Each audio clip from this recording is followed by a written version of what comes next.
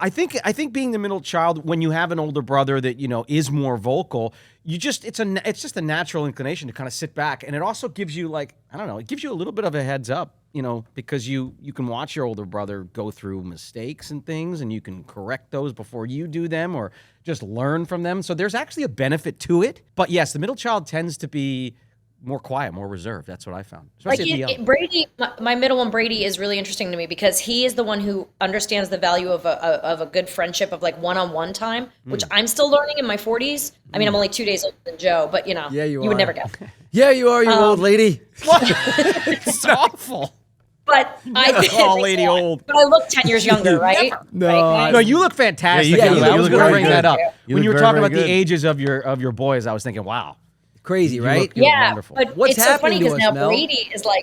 Brady's super athletic. Brady is the one that's so we're trying to force Mason to get a job. Mason just quit the football team, which if you know my husband is just absolutely devastating. No, that's like I know. Really? Dun. It's bad. Yes, that would be Mark going like, no.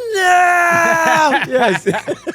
Yeah, there's been a lot of that's all we've been grieving that very much so. But Brady's coming out to be a great athlete. So now we're like, Mason, if you're not on the football team, you have to do something with your time. You got to get a job. So he's been fighting us on getting a job. Now Brady comes up to me the other night and whispers in my ear, can you take me down to the grocery store? Because I think I want to get a job bagging groceries. I want to beat Mason to the job thing too. Now he's the athlete to get the job. He's learning how to drive. So he's he's catching up. Well, there's nothing like competition, honestly, to drive. Good. It's healthy, actually. Yeah. Really healthy. Drive you forward. I've experienced with these guys where I've been slacking, and the only thing I really had to compare to was what these guys were doing. So it forced me to get my act together at times in my life. So we've actually finally, I think, harnessed it as adults, where we finally decided coming out of the pandemic that we're going to get back together again and start working again together a lot, doing the movies that we've been doing and doing the podcast and these things. And we've actually used the competition as one. We're competitive to accomplish cumulatively what we want to accomplish now. And that's the first time we've ever been able to do that, And do you remember one podcast? I was telling a story about horses. Oh, geez. Do you remember this? Yeah, brother horses carry more than no, normal wait. horses. Yes. And you know what? I was actually reading another story about this situation because people are now talking about it, not because of me, because when around social media. Because of me. Because of me. Yes. No, because of social media. And it is exactly that. It's the brother competition. Yeah. It's that when one starts to pull a little more, the other one wants to outpull it, and then when they're constantly calling for more and more. There was a study. So it's very beneficial. There was a study that Matt referred to in one of our shows that said you get 3 equally sized horses together, and you try to encourage them to pull, and they'll pull a certain amount of weight, right, according to the size of the horses. It's 2. But it's 2 horses. Oh, it's 2 horses. Yeah. We've already. Okay. But if you get 12 horses, you get no. But if you get 2 brothers together, family right, horse. or 2 family-related horses, they can pull more weight. way more weight than the 2 that are not related. Horses. Then they just met. Even if they're big, bulky, strong male horses, they just put together to pull this cart. You could put 2 sibling horses, and they'll outpull those horses strictly because there's figure out how to put this to work with my boys. That's I've got to figure out how to apply the science. That's right. I think you're doing right. I mean, that's the thing that they always put into our head was blood's thicker than water. Yes. In the end of the day, those guys are all you're going to have and all that you can trust because they'll actually give it to you straight, even if you don't like it. And you can have a good day and a bad day, no matter what. You can have a fight. You can have an argument. Right. At the end of the day, because you're family, you're always going to be there for each other. Right. I tell, my 2 oldest ones, Charlie and Libby, who I know you know, but, all the time, because they go through it too. I mean, Charlie's 17, right? And she's driving, and she actually has almost a full-time job. She works 4 days a week, and she's kicking butt and doing great. But, I tell her all the time, because Libby's got her little friend clique, and Charlie's got her friend. I say, guys, the likelihood of you having these besties, when you're my age is slim to none. The likelihood that you and your sister will always be there for each other is 100%. Yeah. And I'm telling you, no matter what, well, you and I know Charlie that too, because will be best friends. As much as you and I have in common, I mean, one of the things we have in common is being the oldest in the birth order. Yep. But there's 8 of us, and I mean, I tell you that we are all even though the youngest is 24, we are all super close. I know. I see the pics all the time. You guys doing your family reunions and your get-togethers. It's awesome. 8 of you? That's pretty cool. Oh yeah. There's 8 of us, and Andy, you need to ask your mom because I think you're a product of one of my siblings. I think what happened was at an audition, your mom held one of my siblings. Wait, how old are you again? Andy's 35. I went to school with one of You're yours. 35? With your sister. You did? think Which one? Emily? Yeah. So Emily's 37 She was a now. year older. Yeah, So she was a there- year so older. there She was you- a so grade there you above. go. Yeah.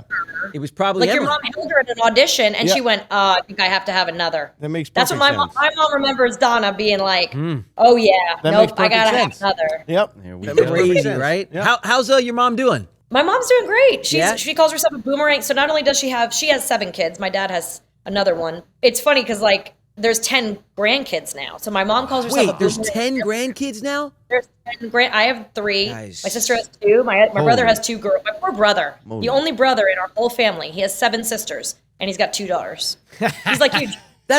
Look, I'm very thankful, but I have 3 girls. That's all I have is girls. That's Yeah. it. It's But crazy. look what it's payback for what your mom had to go through, right? It's yep. like you get Yep. the opposite. But It's wild. because I have all boys. I grew up with mainly sisters, and I have all boys. And like So wild. Sabrina and I have like a lot. We have a lot of that kind of like We do, common, like the yin and yang, the compliment. I know. It's so Yeah, it's wild. weird. It's so wild. I can't. 10 grandchildren. Wow. 10 grandkids. So what she did was she sold her house. She has an apartment in LA. She has an apartment in Paris. She has an apartment in New York, and she's got a Sprinter van that she and her husband Leslie drive around. Like they boomerang. They're like, we're coming to Nashville to see you. Then we're gonna head to New York and see this one. Then we're gonna go back to San Diego and see that one. And then we'll be up to California. Then we'll fly to Paris, and then on the way back through, we'll stop in Nashville. And like that's what she does is like visits kids and grandkids. That's pretty cool. Besides one of your producing our sisters, movies or and two of your stuff. sisters, one of your sisters was they were either going to school in Paris or they were living in Paris, or which one Yeah. is that? Tell me, because I The get the youngest of my mom's daughters, Sammy, who I think is 20. I can't keep track of it all now. 27, Okay. 25. Yeah. She wanted to go to college in Paris, and her older sister. They're both my stepdad's kids. They're my Right. mom's daughters, but Right. my stepdad's kids. They wanted to go. They didn't want to be apart, so they went both to Paris. One's an art curator and one's a chef, so they're both Parisian. That's so Is cool. that why your mom bought an apartment there, or did she just always want to have an apartment there? Is that kind of why? I think what she did was she bought the apartment so my sisters could rent it back from her, so they could never say no to her staying there. Nah, that's the way to do Where she it. goes, she has to stay there, and Technically, they can't this say is no. my place. Exactly. I think there's a Your lot of mom's that. a smart thinker. one. Your mom's Yeah. a Smart cookie. smart Yep. one. Paula's She smart. knows. Yep, that's crazy. That's crazy. So now you are. Sorry to interrupt you, but I always loved the fact that you worked with your mom. I thought that was always so cool. Oh, I really yeah. respected that. I thought that Oh, was. they've I know. taken They've ass crushed together. crushing it. I know. for I years. love. Yeah, I it started love with that. Sabrina. It started with Sabrina, where after Clarissa ended, and I was kind of getting a lot. She was managing my career most of my childhood, and Yeah, she, our mom did Yeah, for us ours as well. too. Yeah. Yeah, because they know your stuff. They know what you're that's good it. at. They know your strengths, weakness, all that. Yeah. So she started managing my career, and then after Clarissa was over, she didn't like the offers coming in for me. So she was like, "We should do something ourselves. We should find some." And someone handed her a comic of Sabrina on a playground at one of my siblings' schools in New York City.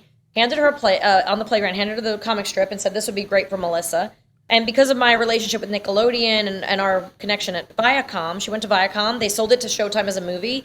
Wow. My mom kept saying to them, this would be a great series. She bought the comic strip for $1, first of all. What? For- Wait a minute. for- What? Wow. Yeah, she optioned it for $1 just to get the Are option you for 6 kidding months. me? $1. That's What- an amazing- What decade was It this? was That's just- 1910. It's a technical exchange, like when you're like, hey, give it to me for, instead of like, spec or whatever we call it. Right. Wow. She's like, here's $1. So it's an official exchange. Here's $1. Give me the rights for 6 months. I'll take it out. Immediately sold the movie. While we were making the movie in Vancouver, she was talking to Viacom the whole time going, this would be a great series. And they're like, yeah, we'll see. So since my mom, I don't know if you remember this joke from the show, but she loves editing. That's like her thing. I It's do like know she that. loves I do know that. I didn't know that. Yes, she loves casting it. and editing. Yep. That's her thing. That's her thing, So she yes. was in the Bay with the Sabrina movie, and she goes, she decided to cut together a trailer of what it would look like to have a Sabrina series.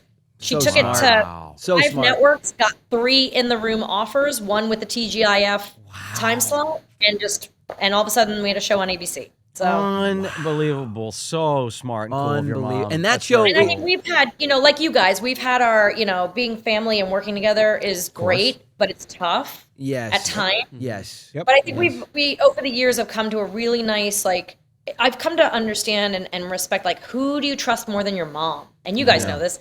Who do you trust more than your mom to look out for you and take care of you? Like, that's never going to stab you in the back or leave you or be greedy, Right. Yeah. And I Right. just feel like she's always been like, no matter how many disagreements we've had or things, we can take the work stuff and leave it here and immediately be like, no, I'm not doing that. I don't want to do that project. I don't know why you love this script so much. I hate it. I'm never doing it. Anyway, I love you. I'll see you at Thanksgiving. Yeah, Exactly. You got it. Exactly. No, you got it. Thank you so much for watching this clip of the Brotherly Love Podcast. For full episodes, go to the Brotherly Love Pod's YouTube channel, link in the description. And for exclusive weekly bonus content, join our Patreon right now. That's right, there's a link in the description for that too. Thanks so much for tuning in. Thank you. Thanks.